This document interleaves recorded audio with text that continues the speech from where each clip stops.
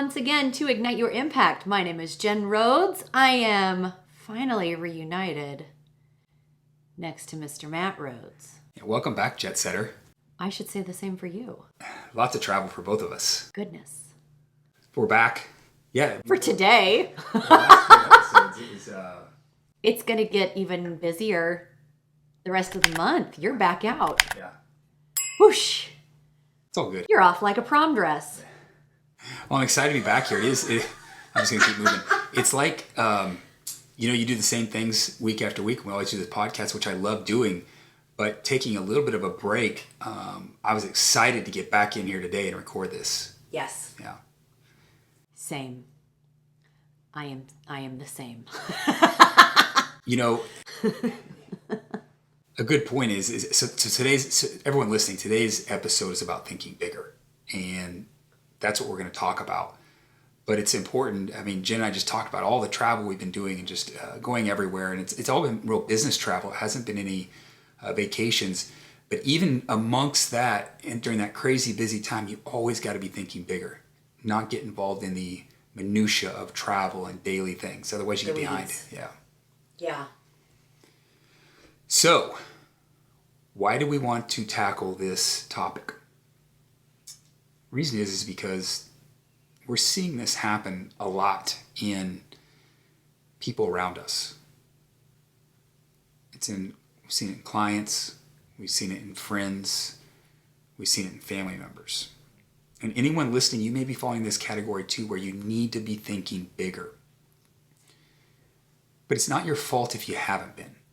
And the reason I say that is most of us weren't taught to think bigger. And I'm going to get into this in a minute. I'm talking really big. We weren't taught that. I mean, even myself, I came from a family of entrepreneurs. They're all business owners. And I mean, we were taught to think big, but not so big that it scares you. And that's what we're talking about today. Yeah, we were taught SMART goals. Yeah. Right? 5 years in the future, 10 years in the future. But think about all of our influences growing up. And I love having this discussion with you because our childhoods are so similar and yet they're so different. Yeah. You are from 2 generations of entrepreneurs. Whereas my family is not. So there's I come from 2 generations of military. So just all of those different lessons layered down with those families. But some of us were blessed. I'm not even going to say lucky. We were blessed to have teachers and mentors who taught us how to shoot for the moon. Yeah, I can specifically remember teachers. And I was super lucky to have some of the best coaches when I was growing up, even all the way through, I don't think we had coach pitch, but young in baseball all the way up through middle school and into high school and then football as well. I was really lucky to have some of those people around me and they pushed me to be my best. And I think anyone listening right now, as I'm saying this, you're probably thinking of that 3rd grade teacher, or that 4th grade teacher, maybe even that 7th grade teacher, that coach that pushed you. I think you can think of some of those people that pushed you to think bigger. Not only that, but I know we've shared this a lot with our own home experience. My parents and my teachers, especially with what I was interested in as a child, theater, dance, performing arts, I never had a mentor that said, no, that's not possible. Every single person was in my corner, like literally, I grew up with, why the hell can't you? Like, Dad, I want to be on Broadway. Great, go do it. Like, I had those kind of things. I never once in my childhood thought that I couldn't achieve something that I put my mind to. But, it is a big but. Once we get into that pre-adulthood and adulthood and we start taking those knocks, what kind of tactics and paths are we brainwashed into? Brainwashed is a great word. And it's not necessarily like because of parents or mentors, it's society. What kind of things are we taught to subscribe to? Let me know if this sounds familiar. Work hard, get good grades in school, then go to college and work hard to get a good job. Our daughter's doing this right now. I can see the messages that society's already tapping her with. Somewhere in there, meet your spouse, and then go work hard for a company. Give them everything you've got to put into your 401k. So at some point, you can retire and then live out your dreams. Now, while all of this is going on, you achieved this. You maybe already have the security. You found your spouse. You're in that rhythm. You're doing the things. You've made that good life. But you have forgotten to take care of yourself, meaning not only did you not lean into your dreams, but you let life get in the way of your dream body. You've hit snooze on that. I'll figure it out once the kids are out of school. How many times do you say that to yourself? Or I'll figure it out once the kids get back into school. Let that sink in. If you're listening, are you on that path? You now, 40-something old, not happy looking in the mirror, and talking about inflation every goddamn day. That sucks. This is not what our parents and our mentors meant by dreaming big. Yeah. Yeah, and I think the example you gave is perfect because so many live that. And there's absolutely nothing wrong with working for a company and putting into your 401k and doing those things. That's absolutely a good route for 95% of the population.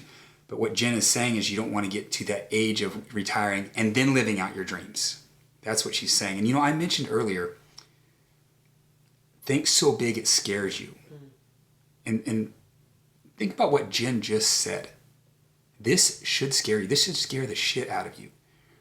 Realizing all these years you played it safe in a handful of areas in your life. You followed the path that you were unconsciously told through society not to think bigger.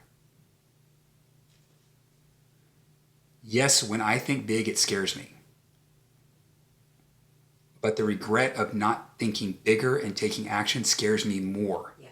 Yes, that is my biggest fear in life. Yeah. And when you think about this, well, let me go a different path. So I recently got a hat from someone, and on it says "Think Bigger," and it really. It's your thinking cap. Yeah. I'm sorry. I'm not wearing a hat today for the first time ever. Oh, you took your thinking cap off. Yeah, I had meetings, so I need to have my hair combed. Yes. All right, so I've really started to use this language in my life, both externally and internally. And internally, when something comes up and I'm looking at it, and I immediately start to get a little, what should I go? It's a stop for me, like a stop of, are you thinking big enough? And I've been doing that internally, and it's been helping. But even externally, I'm challenging those around me, saying, and I'm literally saying the term, are you thinking big enough? An example was that I was having a conversation with a business partner the other day. We were talking about we had one of two routes we could go. And the one that he wanted to go, this story is going to tie in perfectly as we go through this. So listen, the one that he wanted to go, it seemed a little safer when you look at it on paper and you think about it, theory-wise, it seemed a little safer than the one that I wanted to go.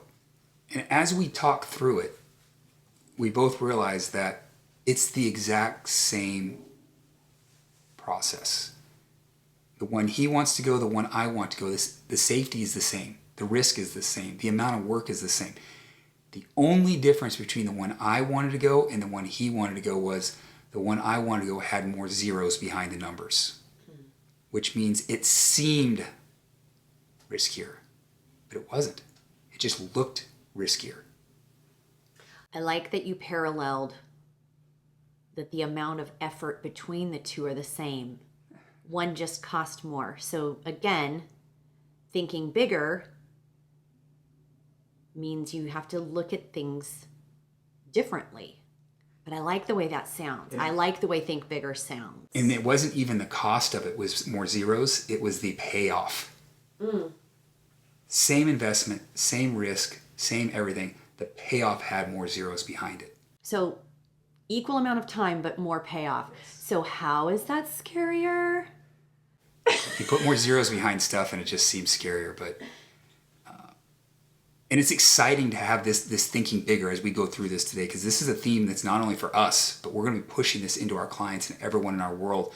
So if you come into contact with us, or you're someone that we have is in our circle, if you give me a SMART goal, I will blow up. Just know if we're saying, hey, are you thinking big enough? That's where we're at right now. I love the way think bigger sounds. Like, it does sound good and it feels good. But as you all know, we are all about those receipts, right? I can't just say it if I can't back it up. We are equally as jazzed and very much into a systematic approach. So yes, think bigger, like yay, cheer, rah, rah. But we also have processes in place to show that when you think bigger, other things can happen. So this think bigger means, okay, what do you want? What do you really want? We cover this topic so much on this podcast. And I guarantee whatever goal you're thinking, if you think it's big, if it's not making you itch under your skin, like actual discomfort, you're not thinking bigger. Think about what you want. Got it in your head? Let's go 10 steps further. Let's say in fitness you want to finally lose that 10 pounds. I want to finally get this last 10 pounds of baby weight off. I've been thinking about it forever. I really want it. Jen, I really want it. Good. Is that really what you want? Or do you want to look good in the clothes you have in your closet? Take it one step further. What do you really want? Well, I really want to look good not wearing clothes. Think bigger. 10 steps further. I want to look and feel like a sexy, powerful, strong, feminine, confident woman that can wear anything that I want and command any room that I want. Did that just stir? Like, I want to just like grab a trident and go, rah! Yes, Take over the world. that does feel good. And it sounds good too. But you're exactly right. That's where the systems come into place. What you just said, it feels good, it sounds good, but you have systems behind that. And like I said, I'm just going back to that story I told you it would tie in. Like I said earlier, it's the same amount of risk. It's the same amount of effort. The same amount of work between the two routes. Whether you want to have, and I can't re-say what you just said, that feminine power, because that was so good, or whether you want to lose that last 10 pounds, it's going to take the same amount of work, the same amount of effort. So why not go after what you really want? Because the process is going to be the same. Will it maybe be a little longer, a few tweaks? It is, but it's going to be the same. So if you have this big goal and you have a process behind it, think bigger. The system is the same whether you get to the 50-yard line or the 100, which is a touchdown. So why not go after the touchdown? Now, we also know for a fact, and I can almost guarantee it, actually I do guarantee it, when you follow our system, you will lose 10 pounds in the first month.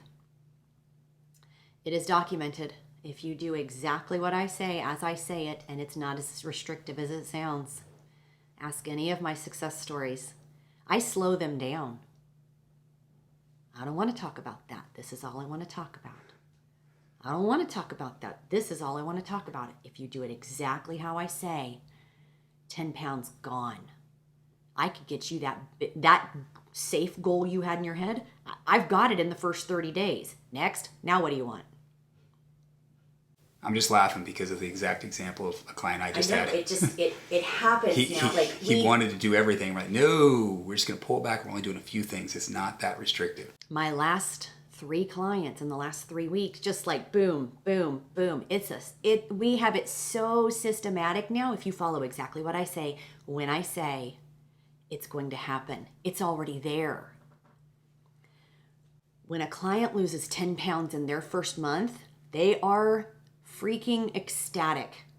They can't believe this happened. They've been trying to lose this 10 pounds for the last 10 years. And yes, do we celebrate? Yes, because it's a big deal.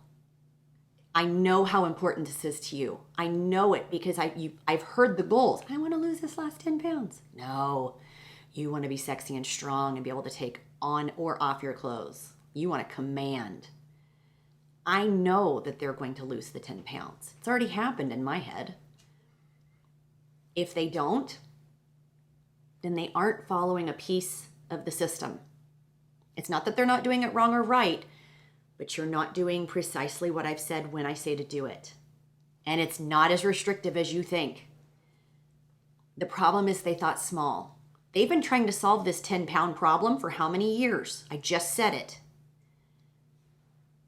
I want to lose 10 to 20 pounds before this vacation. Then they put in some effort and lose a little bit of weight, which is great. Oh, that was just water weight. However, that 10 to 20 pounds isn't really getting them to feel like a strong, powerful queen or king. They feel a little better, but they aren't leaning into truly what they want. 10 to 20 pounds is a symptom of what they want. It's a descriptor. It's a part of what they want. And when it happens, it's not that rewarding. It's not a sexy enough goal to get me out of bed at 5 a.m. Sorry, 10 pounds isn't sexy. Commanding a room, feeling as confident as I possibly can, owning my fucking space, yep, I'm ready to stand up and charge. So they let their foot off the gas and go backwards. If we would have just thought bigger in the beginning, and more importantly, expected the outcome, it's coming, it's already on its way, then we would have kept going on the path. I hope everyone heard exactly what she just said. That was pure gold. If you didn't hear it, that's exactly what this podcast is about today, about thinking bigger. Why it gets you to your ultimate goal. But if you didn't hear what Jen just said, she said it a little fast. I was waving my arms too, so I don't know if I can repeat it. Hit the back button and go back and listen to what she said.